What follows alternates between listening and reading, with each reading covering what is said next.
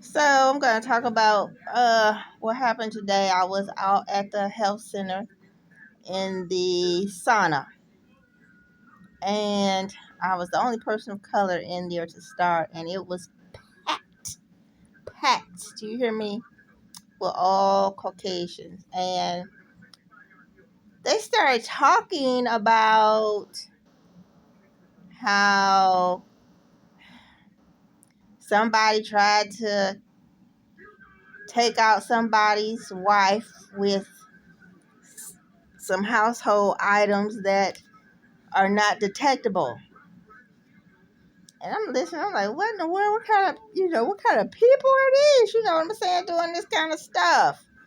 And talking about how somebody else tried to do it to somebody else. And I'm like, oh my Lord, I ain't, I've heard about this stuff on television, but I ain't never met no people that actually, have actually experienced it.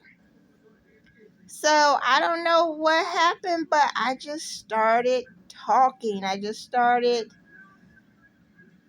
well, first, because the guy was talking about how he had gotten hooked on the pills. They start out taking pain pills, you get hooked. And I had almost got hooked too after I had my surgery. And probably in a prior lifetime, I probably was hooked. I mean, because all of us have to have that experience. Remember, we have to have every possible human experience there is to have, and that's why we have several lifetimes. So I'm sure in previous lifetimes, I probably have been addicted and hooked and strung out and all that stuff. But fortunately, this lifetime, when I tried that Percocet, yeah, it makes you feel nice and sleepy and want to sleep and everything. And I like this. And then it wore off. It didn't work anymore. And so I messed around. And I'm telling y'all this because I just want to thank God that at least, you know, it didn't work. Because some people, they may take an extra pill to see if it worked. I took an extra pill. I didn't feel nothing. And I decided right then, I said, look, I'm not going to be popping pills, stacking up on pills just to get a certain feeling. I'm not going to do that. You know what I'm saying? I'm just not going to do that. It's not worth it to me. I don't care how good it feels. I'm not going to go out like that. So I was able right then and there to leave it alone and never touch it again. Because I wasn't going to be stacking pills and increasing dosages and stuff like that just to get the same thing. Um, so anyway, but they were talking about how other things were used to take people out.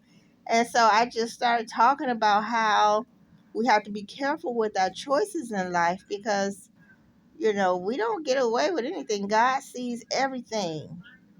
And I was saying that, it's true. God said vengeance is his. And it is. Because we have to pay for what we do.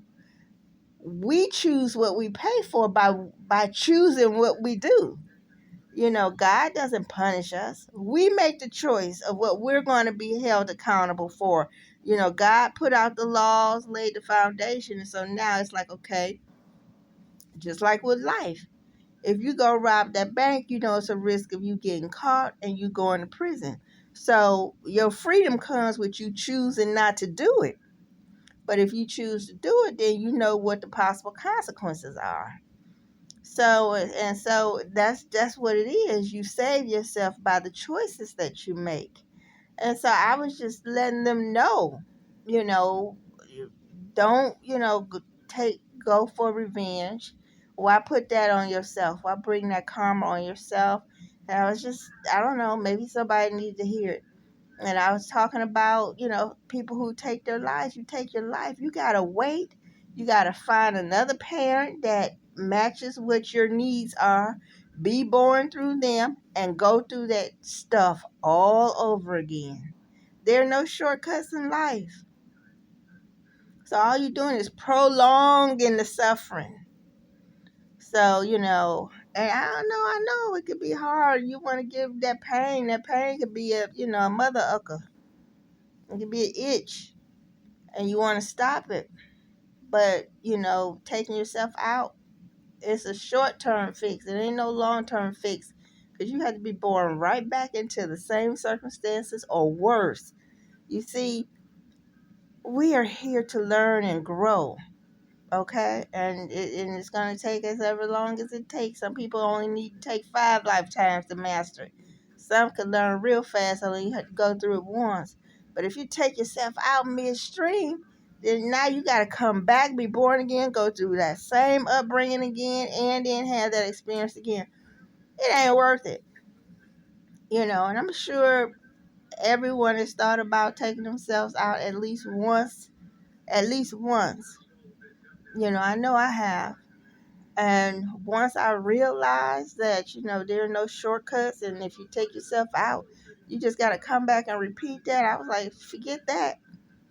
Why would I want to do that? I can't stand it the first time I'm going through it. So why would I want to cut it out and just have to come back and go through it?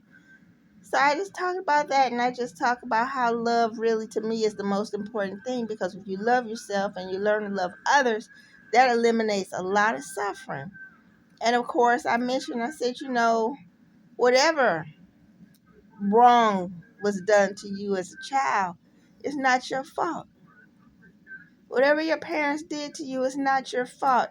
They did to you what they were capable of doing based on the amount of love that they had within themselves. And that's why learning to love yourself and others is so doggone important, because people treat themselves and others based on how much love they have within them. So the more love you have in yourself, the better you're going to treat yourself, the better you treat others. So never ever blame yourself for what your parents did to you. Even if your mom called you names, it don't make it true. It just means your mom had some problems. Your mom lacked love. And that could be because she wasn't loved. It could be because her parents, or it could be because she was a psychopath, or she was a new soul and she's just learning. But either way, you don't have to buy into it. I'm not calling this is coming off. Um, and then the other reason you may be born into a family that's very dysfunctional is because two things. One, it's your time to learn those lessons, okay? And we all have to learn them. You didn't do anything bad, wrong. You're not a bad person, anything like that. It's just your time to learn those lessons. Or the second thing may be that is some karma you got to deal with, because you did something in the past, and so now you got to come back and revisit that mess. So that's why it's to your benefit to just make all your actions based on love. Practice it daily. um but yeah, I've never just opened up and talked freely like that amongst a group of strangers, especially about spiritual things, before in my life. And I even said, I don't even know why I'm talking like this. I don't even normally talk like this. I don't even share this kind of stuff. But it just came out. And I'm happy I shared it, and I hope it helps somebody. Because I think if people know that, one, you live several lives, not just one lifetime. Two, it's not your fault how your parents treated you.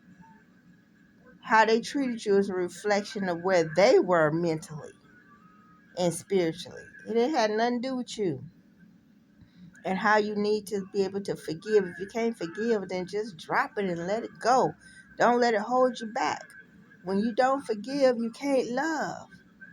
You hold that hatred and anger and sadness in that hole in your heart. But you want to let all that go, empty it out so that you can feel that with love. Then you can love yourself more. You can love others more. So that's what I shared First time I ever shared like that. I surprised myself. Like I'm surprising myself by sharing this with you all. I just hope it helps somebody. And of course, it reminded me. God bless y'all. Bye.